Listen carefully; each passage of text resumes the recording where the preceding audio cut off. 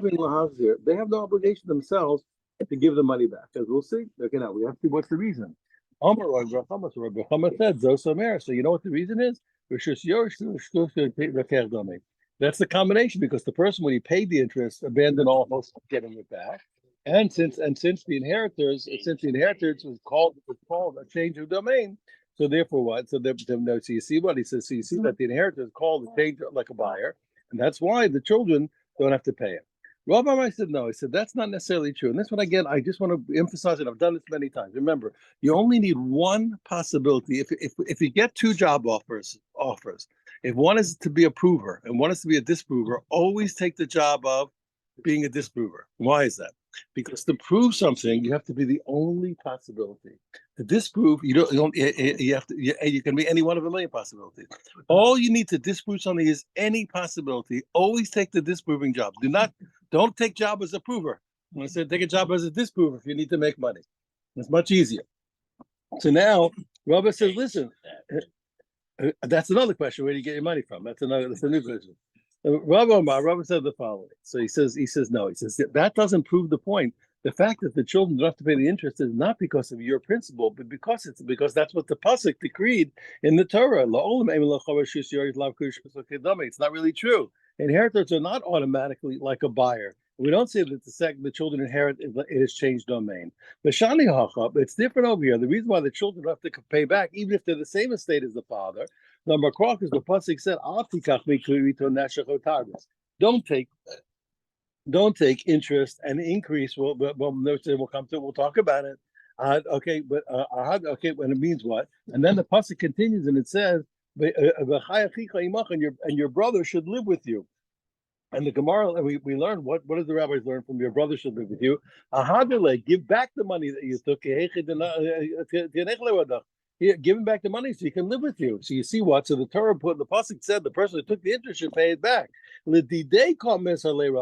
was to him, the one who lent the money at interest, that the Torah warned that he has to pay it back. To his son, the Torah didn't say it. So Rose says it's not because of your principle that children don't have to pay it back. Really, children are the same domain as the father. The only thing is what? That the Torah, by the way it wrote, precluded the child from having to pay back the interest. Now, what's the point? So now we have a question. We'd had two different traditions about Rabbi Bar Chama. One, he said his principle on our Mishnah, okay, that when the stolen object was existing, and yet the children didn't have to pay back, and it was after years, obviously.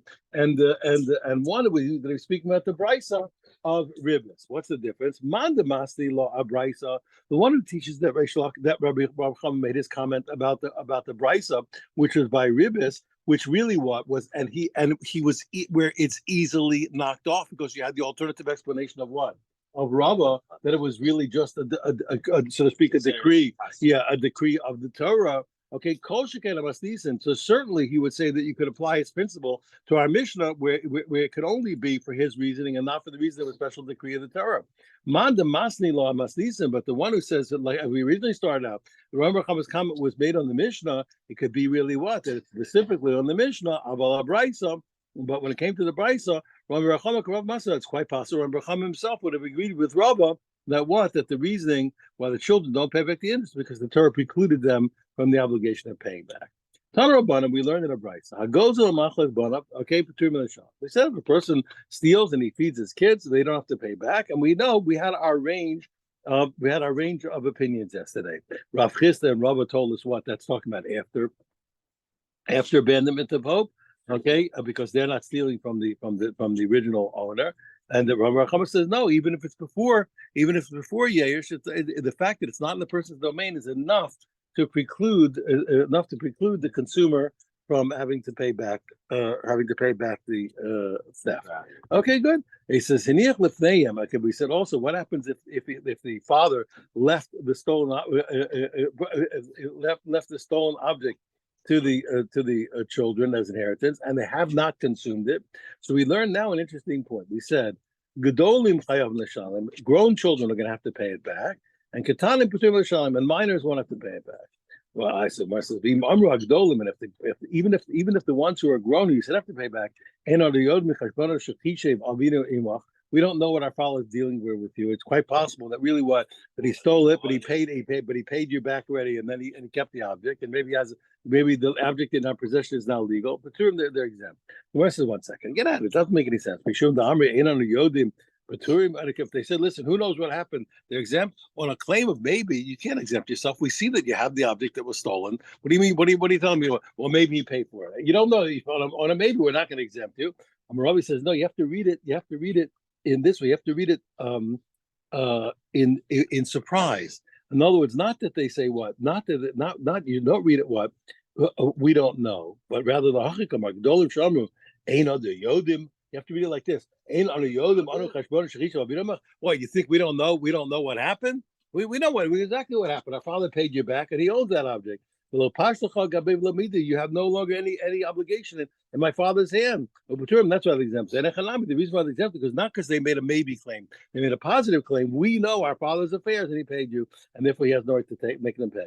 Tanya Ida, we can learn in a different price, so something which seems to contradict the first.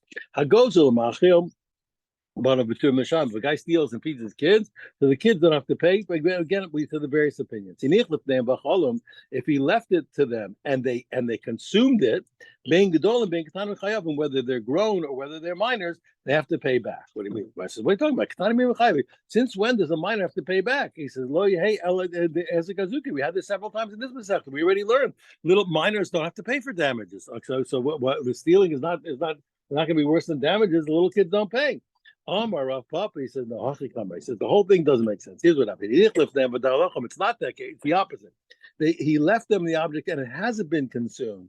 Then whether it doesn't matter whether it's an adult, whether it's a minor, the object is existing. It has to go back to the right. It has to go back to the person who was stolen. Now this is a father left them a borrowed cow. The one thing you have to know about borrowed object. Remember, a borrower is the most obligated type of is the most obligated. Is the most obligated type of watchman. He has to pay even here, even if he just dies. It's it's right. It's what we'll call an accident. I always laugh. I love it. Where they get that expression, "act of God"? I don't know. It's hysterical, but I love it. Anyway, no, but even if the thing dies, okay, the borrower has to pay. But I'm gonna preempt here, so we'll have an easier time reading in a minute. We have a famous argument. We know that a borrower has tremendous liability. That's true. But we don't know when the liability took place. Is it at the moment he borrowed it, he was already obligated for accidental death? Okay, or no.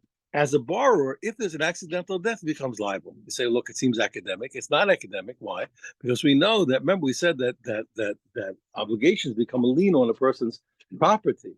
But remember, a person's property cannot get a lien unless he owns the property. So if the problem is like this: if you say that the obligation for the accidental death happens at the moment of borrowing, as long as he had the property, then the lien was already there. But if let's say the accidental death happens after the person himself is dead, for example, so then there won't be obligation on his land because he doesn't have it. The obligation came after the guy was dead. So we are going to have a famous argument when it comes to the obligation for accidents for a borrower, whether it happens at the moment of borrowing or it happens at the moment of the accident. Okay, and that we'll see in a minute. But let's take a look. Amar Rava. Rava made the following statements. If the father left them, he died, and he left them a cow. He borrowed a cow. The guy said, here, you can use my cow for 60 days. Exactly. You can borrow for a certain amount of time. So the children have a right to continue using the borrowed thing for the terms of the borrowing. Okay, and what? Mesa, but interestingly enough, even though they have that, if it dies, which the father would have been obligated to pay for, they don't have to pay for that accidental death. Okay. Furthermore, so they have to pay. Why? Because they never accepted the obligation to guard it. They have the rights, but they don't have the obligation. And if they thought for some reason they didn't know that the cow in their father's possession was borrowed, they thought it belonged to him, and therefore they thought it belonged to them, and they shechted it or they ate it. Since they didn't mean to steal anything, they're not obligated for the theft, so the full price of the cow they don't have to pay. However, remember they did benefit, and even though had they known it wasn't their father's, they wouldn't have eaten the meat. But had they known, if they could get it, let's say for 2/3 of the price, they would eat it. Therefore, they're going to pay the cheap price. Okay, good. Now, so we saw two rules about this thing. One rule is what? That they don't have to pay for the accidental death. Two, if they mistakenly ate it, they're going to pay the 2/3 price for the meat. But he continues speaking, and he said furthermore, he continued his lesson, and he said, if the father left them real estate, remember, which carries a lien on from a prior obligation, they do have to pay. The only person we don't know which case was he modifying. Was he modifying the first case where he said they're not obligated to the accidental death, but if they have land, they do have to pay for accidental death? Or did he say it on the second case? They only have to, if they ate it by mistake, they're only going to pay 2/3. But no, but if they have land, they have to pay the whole price. So the Gemara says, some people say that this final comment of Rava Aresha was on the first law, saying what, that if they have land, they do have to pay for the accidental death. And why is that? Because they're going to hold, we're going to see in a second, because that will be according to the opinion that the obligation for the accidental death occurred at the time of the borrowing. So even though the death happened after the father, but the obligation for that death was already incurred before, so it was already a lien on the father's land. So the kids got land with the obligation for the accidental death. Ironically, that only happened after the father died. They have to pay. But the other ways, no, some people say no. He only said that caveat. He only said what on the second law, that if they have real estate, then they do have to pay the full price. So safer, it's only on the second. Yeah, on the second law, yeah, if they have real estate, they have to pay the full price and not the 2/3. Why? And not the 2/3 because the father was obviously obligated to give back the cow. So the one who says that Rava's modification was even on the first, in other words, and he felt what, that they have to pay for the accidental death. So there, okay, where you could really argue whether the lien went on the land or not. Kol Shekan Seifa, they're certainly going to learn what Rava said on the second law, because there clearly the obligation for the cow was definitely from the earlier time. Upliga the Rav Papa, but and if you're going to say it on the first law, then it's arguing with Rav Papa. So Rav Papa is the one who said what, that the obligation for accidental death only occurs at the time of the accidental death, and since the father was dead at the time of the accidental death of the cow, the accidental death of the cow did not accrue to what? To the property of the father in his lifetime. So it's not going to fit. So okay. So the one who says it's on the second argues with Rav Papa. It says Rav is arguing with Rav Papa. Mad Masti law, I say for the one who argues on the second one, but not on the first. Of al law, they don't say it on the first behind it Rav Papa. And then Rav would be agreeing with Rav Papa that the obligation for accidental death only occurs at the time of the accident. The Amar of Papa, and now let's see the actual teaching of Rav Papa, because he said, now be careful here. This is a little complicated. There's a rule of Kam Levi Rav Mineh. You know that if a person incurs a more severe penalty with a monetary penalty, he pays only the severe, not the monetary. That law does not apply to fines. Fines are special. The Torah is makbid on fine. So normal monetary obligation happens simultaneously with a more severe one. You don't pay. But a fine, even if it happens simultaneously, you do pay. Now you see why I had to give you that caveat. Now I'm Papa. So Papa now was dealing with cases of combinations of cases of whether there is a simultaneous obligation more severe and money or not. Now Papa said, okay, a guy had already stolen a cow before Shabbos. Utavach b'Shabbos, and he shechted it on Shabbos. Chayev, he has to pay for everything. He has to pay the monetary payment, including what? Including the payment for 4 and 5. Now wait a second. I understand the payment for the theft. I understand it occurred before the Shabbos. Of course, he has to pay it. But 1 second. But the transgression of Shabbos, which was the shechting, and the 4 and 5 did happen simultaneously. Why? Because so that's what I told you. By a fine is not covered by that. The Torah was makbid on the fine, and it doesn't matter even if it happens simultaneously. He has to pay. Okay, good. That's easy enough. Okay, why should the event occurred before Shabbos? If the stealing happened before Shabbos and the shechting happened on Shabbos, he pays everything. Why is that? Because the theft already happened before, and the 4 and 5, even though it happened simultaneously, is not covered in the principle of what? Of Kam Levi with the Rav Mineh. Okay, why? No, what's the reason? He already had to pay for the he already was obligated the monetary obligation before and not simultaneous with the Shabbos obligation. Okay, however, I saw para she'ula, but let's say the guy had a borrowed cow. Utavacha b'Shabbos, okay, and he shechted on Shabbos. So take a look. Now the shechting and the transgression of Shabbos and the theft happen exactly at the same moment. Okay, he's stealing it as he shechts it. Why there he doesn't pay? Why she is a Shabbos? Because now the prohibition of the transgression of Shabbos, which is the shechting, the Yisur Geneva, and the prohibition of stealing by Kechel, they happen simultaneously. Okay, and therefore, what we only give him the death penalty for Shabbos and not the payment for not the payment for the theft. So you see what, but you see clearly what that the obligation on the obligation on the borrowed object happened when he transgressed it and not when he took the original borrowing. So you see the principle of Rav Papa that the obligation to pay for the cow only happened when he took the cow and not when he borrowed the cow. So that's what we saw. It's a little subtle, but there we see the principle. Tana Rabban, and we learn. This is now a pasuk that teaches this principle. And this is interesting. This is classic Gemara, waiting so long to bring out this point.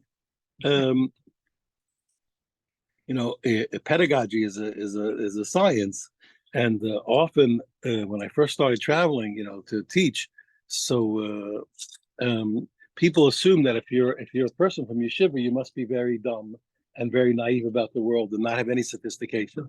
They assume you don't know anything, and certainly you don't have to talk. You don't know how to talk to people who aren't religious. You must be too insensitive to possibly know what people need. So often I would go out to teach, and I would use a word purposely in Hebrew and purposely not translate it because I wanted to give the respect to everyone that was listening, that they would figure it out in about 30 seconds without having to condescend to them and teach everybody what that means, etc. So of course, these people who assume that I had to be insensitive. A yeshiva person couldn't possibly understand the needs of other Jews. You understand? So as I would say the word, they would say in Sadovax, they say that means this and that. Thank you very much. And they assume, so I couldn't possibly be respecting the people that I was speaking to. In any case, the Talmud often waits on definition because it's a better way to teach. This we have to understand before you jump in, with your 6-year-old sensitivities, 6th grade sensitivities. Wait a second, you'll see there's a method to this madness. If there's a madness to this method, there's no madness at all. You understand that there's a reason why we want to speak in a certain way, why we want certain things to come about. It's often better to teach a person in context than to spell things out. It's not the best way to teach. It's not the best way to teach to spell everything out all the time. It's not correct. I don't mean they should teach in a way that's not clear, but to teach a way where the lesson itself instills in the person the understanding. That's a better way to teach. It's the opposite of what people think. But everybody assumes that, oh no, if you're not unlearned like them, you must not have any sensitivity. Only they can have sensitivity. I once came someplace. I don't know why they hired me. They hired me and they called me 6 times before I got there, to warn me, be careful, don't tell any Torah to these people. We just wanted to marry Jews, be careful, don't turn them off with any Torah. So I got out there. I figured these must be very unique people that I can't speak Torah to. I got out. They looked like regular Jews to me. They just weren't so learned. Looked like normal Jews to me. They told me, don't you talk any Torah and turn these people off. So I looked up. So for the first 10 minutes, I told them how utterly stupid I think religion is, which I do, and how I think it's for monkeys, which I do. I think it's for primitives, which I do. And of course, I don't think Judaism is a religion, but I told but if I ever thought Judaism was a religion, I'd certainly have nothing to do with it. And after I had them hysterical and told them how stupid religion was, they were laughing hysterically. I said, well, so much for religion. I said, want to hear what the Torah says? They said, yeah. I told them all about the Torah. They loved it. So I didn't follow instructions. It all worked out. But you don't have to assume that it's the opposite way. You can assume that the neshama of a Jewish person is pining and begging for Torah. It's the opposite. It's the opposite way.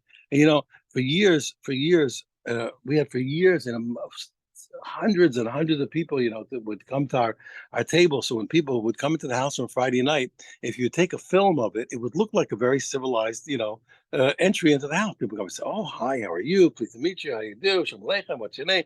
Because that's not what I saw. When I saw people coming to the house, you understand, it looked like they were possessed, and something was stuck inside them.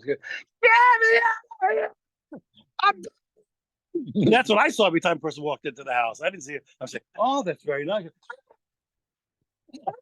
I go, "Oh, that's so interesting. Please come in, sit down." That's what it looked like on film, but that's not what I saw. Yeah, that's what I saw. I saw the opposite way. So my assumption was always the other way. And I'll tell you something. When I was 20 years old, this is true. Oh, Yes. I was 20 years. I was 20 years old. Yes, it happened the same year. I was 20 years old, and I met three guys. Three guys. I was 20 years old, and all three guys had never learned Torah.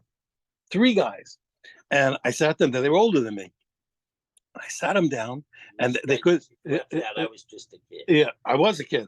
I was a kid, but listen to this. So I sat down and I taught them first a Mishnah, and then I taught them a Gemara, and then I taught them the Rashi until they could explain me the Rashi. And then I told them, but there's a lot of problem with Rashi. I told them the Tosas. They said, oh, they like the Tosas very much because the Tosas is upset with the Rashi. I said, well, you have to defend the Rashi. So then they defended the Rashi. I said, that's good, but now I have to defend the Tosas. And they stayed up all night long screaming and yelling about the Gemara and the Rashi and Tosas within hours. Within hours. What's your assumption? What do you think? Jews are built for Torah. It's the opposite. You can assume if it's a Jew, it's like giving them water. They're going to be fine. It's the opposite of what people think. And that's why I disagree with all these people. You want people to be religious? Teach them Torah, for crying out loud. Just give them healthy, good Torah. Torah, Gemara, Rashi, Tosas, Mishnayos, Chumash, Mikra, Mishnah, Shas, Poskim. You don't need anything else. The Jewish neshama is dying to hear the word of God. It's the other way. It's not that hard. It's not that hard. The neshama is going to jump out of its skin instead to hear these words. You don't have to worry about it. Anyway, just for the record, but just my point is, we don't always have to define everything in the first second. It's not always the best way. You want to invite a person in. Yes, and when you make assumptions and you speak, that's a way of giving respect to people. And instead of saying, "Oh, and for you monkeys out here, that means this and that," And one day you can also be today you're a potato, but one day you can be a real bench. What kind of way is that to teach people? It's the other way. You should be on your knees in front of a person who you had the privilege to teach. If a person didn't know Torah, you got to teach them. It's your privilege. You're the lucky one. You're the lucky one. They're not lucky they met you. You're lucky you met them. You're lucky that God gave you a little value in this world. Who needs you? Who needs anybody? Who needs anybody? There's a million more where we came from. Who needs us? You think God needs us? He doesn't need anybody. He doesn't need you. It's your privilege. If you got to teach anybody Torah, you're a lucky guy. It's the other way. You should pay people. You should pay people that learn from you. You should have to pay your students for the privilege of teaching them. It's the opposite. Anyway, it's not always the best to do. So there's ways of teaching that are inclusive, that are respectful, that raise the level of the person. That one of the people had a big effect on me when I was much younger. But my brother and I was Moshe Tukachinsky. He's the great grandson. He was the grandson of the Gesher Chaim. And when we met him, from the minute we met him, he spoke to us as if we were great Talmidei Chachamim. So what was the result? We were utterly embarrassed. And every minute, what we were trying to do, we were trying to be Talmidei Chachamim because that's how he treated us. We were so ashamed of ourselves, the way he was treating us with such respect, that we better learn.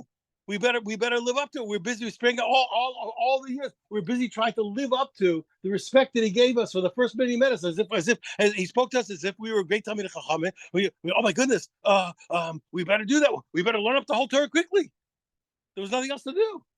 How could you stand the embarrassment? That's how you teach people. You give the respect to people that they deserve. And every Jew, every single Jew you ever met is a Ben Ab Mitzvah Yaakov. Everybody would come from everybody got yichus.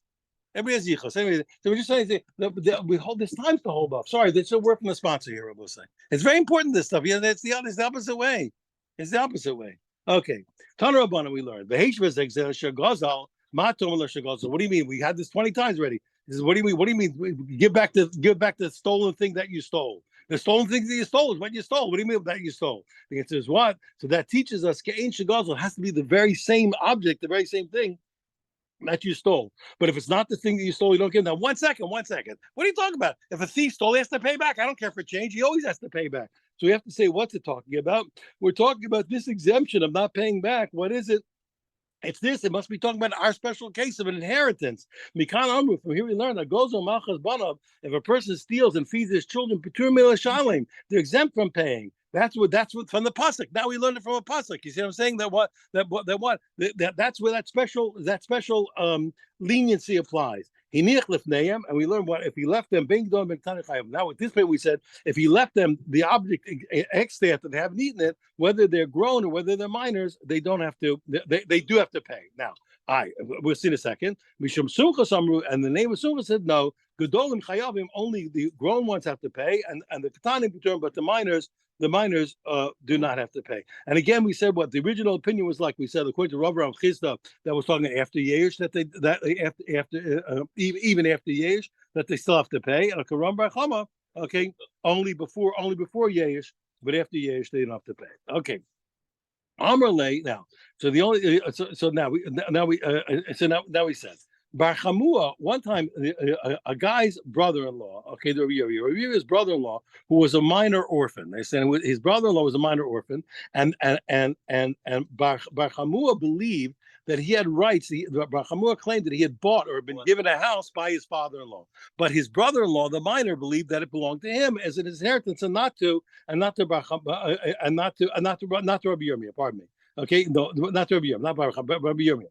Okay. So what happened to the kid, the minor kid? He went and he locked the house in front of him. He wouldn't let him in. He barred his entry. He locked it in the face of Rabbi Yirmiyah.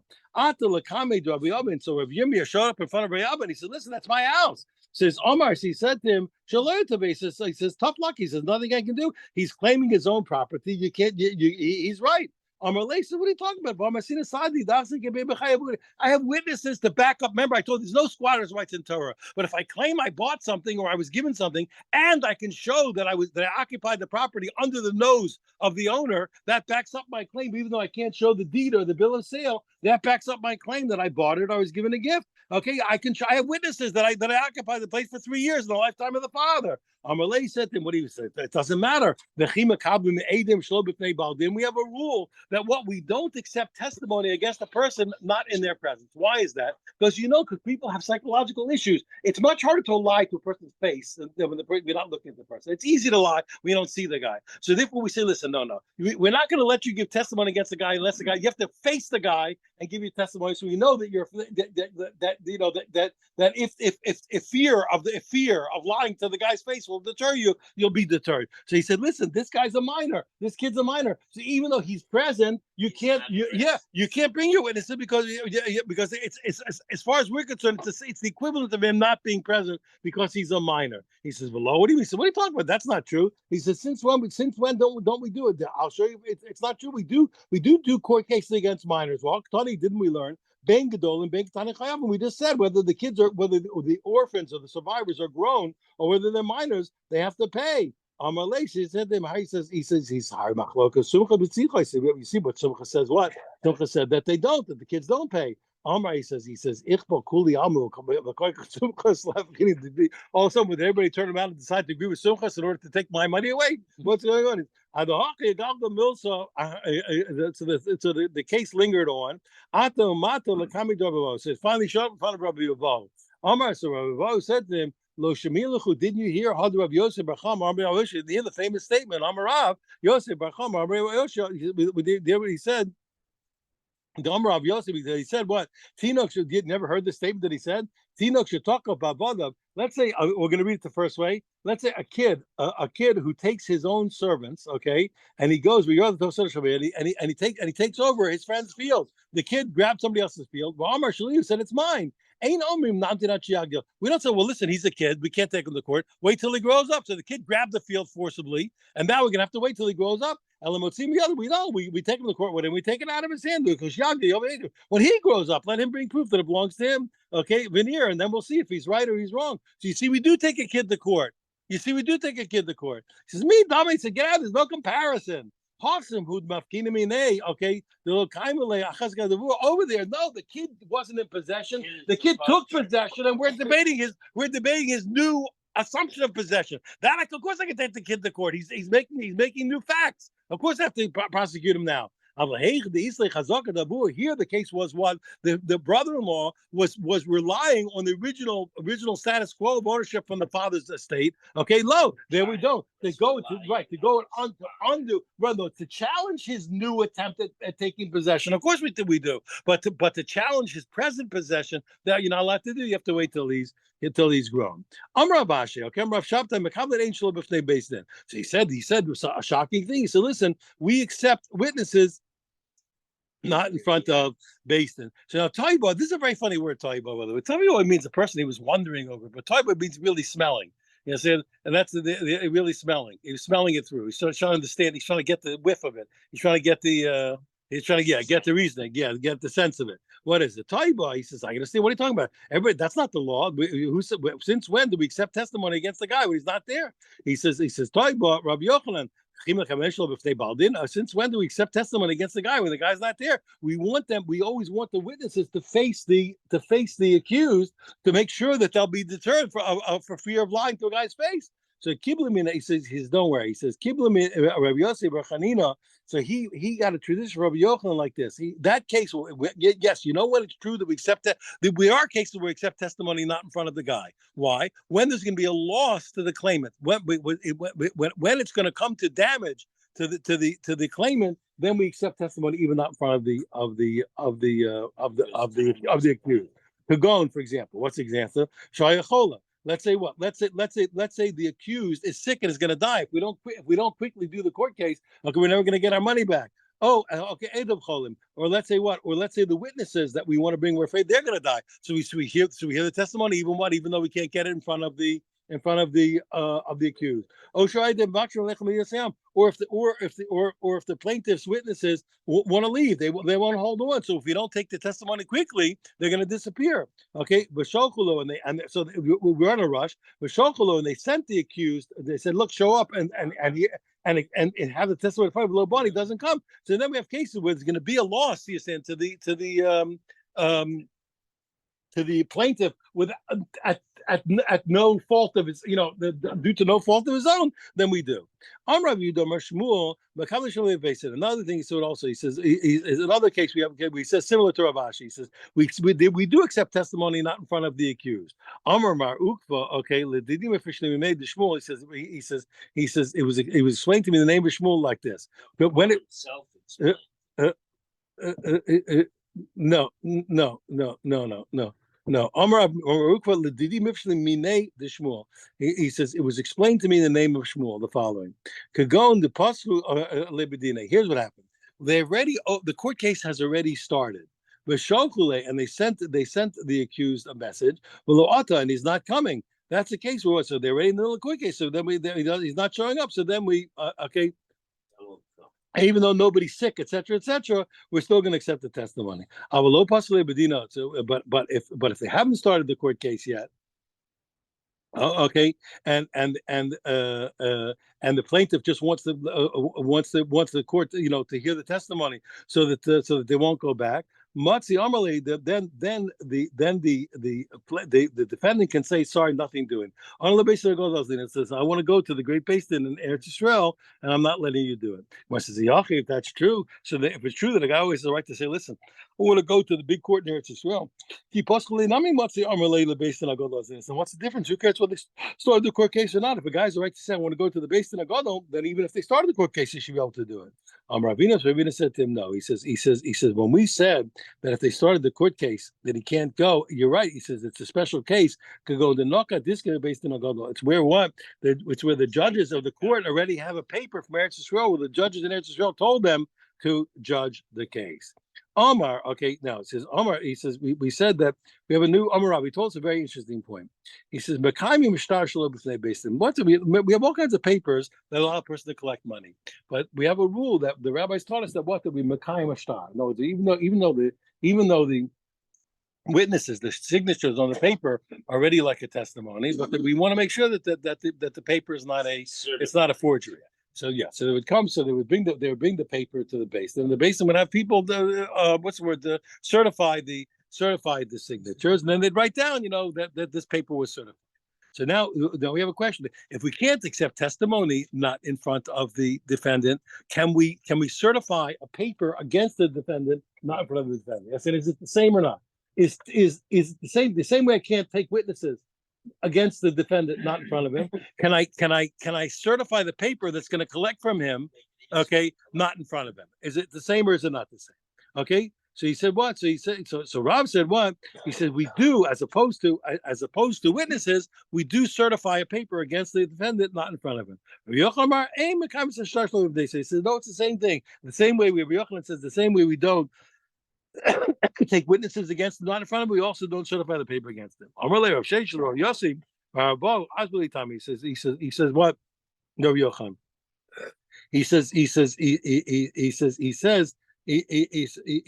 Yossi said, he explained to you the reasoning of Rabbi Yochanan. What is that? Because the pasuk said, who had babala v'lishman? It was said by what? Remember the process of turning an ox from a unwarned ox into a warned ox. So the pasuk said, who had babala to testify to the testimony is given to the owner, and then he didn't guard it. So then the ox is going to be stoned. So stone. The Torah said, so what? The owner of the ox has to stand there with the ox. You see what? We see clearly that what? That you have to be present. That you always have to be present. That the testimony has to be present. He said, but the halacha is what? That when it comes to a paper, we do indeed certify a paper not in front of the defendant. And even if the guy's screaming, and not only that, not only do we do that, but even once we have certified the paper, even if we can collect from him, even though he's screaming and he's saying what that the paper is a forgery. Once we certify it, okay, what happened? We're going to collect. The Amar, if he says, listen, the defendant says, Nikita li zimna says, listen, just give me a time, don't collect. Give me a little time to bring my witnesses and show you that the paper is a forgery. So what do you do then? You write naktin. So we give him usually 30 days. Okay, we usually give him 30 days. If he shows up in time, he shows up. If he doesn't show up in time, then we just give him. We tell him, listen, come Monday, Thursday, Monday, and you show up and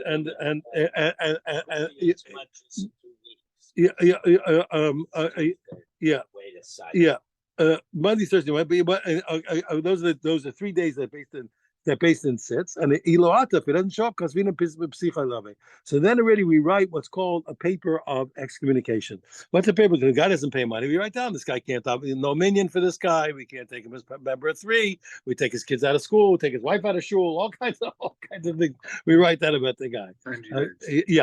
So then we said, and then what? And then, but since the guy is demanding all these things, so Mamtinin lay teaching him, okay, and then we're teaching him, and then we give him 90 days. What's the 90? Plus income, what's our assumption? The first 30 days we figure, okay, the first 30 we still don't collect. Why? We don't go down forcibly collect. Why? The Omar, the guy's trying to borrow money to pay back. He's actually trying, we've told him he has to pay, but we figure he's trying to drum up the money to pay. But sorry, the second 30 days, okay, we also don't down to forcibly collect from his property. The Omar, okay, maybe he can't borrow any money, but he's trying to sell off a piece of land to get the money. Basroi, the last 30 days, we still don't collect from him yet. Why? We don't go down and forcibly collect. The Omar, because he said, because he say why? Because what's happened was he found a buyer. The second 30 they found a buyer, but now the buyer's trying to get cash, to drum up the money. So it's Vingham. Okay, now Loata, but at the end, look, the guy doesn't come up to pay the money. Then we write a paper that allows a paper foreclosure that allows the person to foreclose on his property. Okay, but all this, when we said that we wait the 90 days, all that was like I told you before, Damratina. The only guy said, listen, I'm gonna come. Okay. And he just didn't come in time. Once if the guy said from the outset, listen, I'm not coming, leave me alone. I'm not showing up. Then we write a foreclosure immediately for the lender to collect the money. And we said what? That if he said he's coming, that we give him the 90 days, even that is b'milva. That's only by a loan. Because when it's a deposit where he doesn't have to get money because we're claiming that the thing in his possession belongs to the other guy. And then we write the foreclosure immediately because he doesn't have to run around and get any money. There's no problem. Now, also, when we write this ruling against the guy, it's only to collect his land. Why? Because land is not going to why is that? Because the land is not going to go bad, and not true generally. Okay, and therefore what? And therefore, even if he has to make a correction, he can always get back what we collected from him. But we don't write a foreclosure on his movables. Why? Because then if we let the collector collect it, and now the borrower wants to reverse it, the other is going to eat it up. He's gonna consume it. Okay, and then when the borrower finally does show up with with witnesses to undermine the paper, he's not going to have what to collect because the lender took movables and they're gone.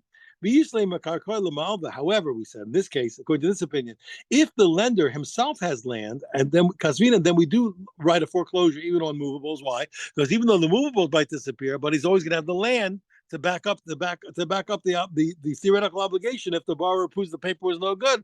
But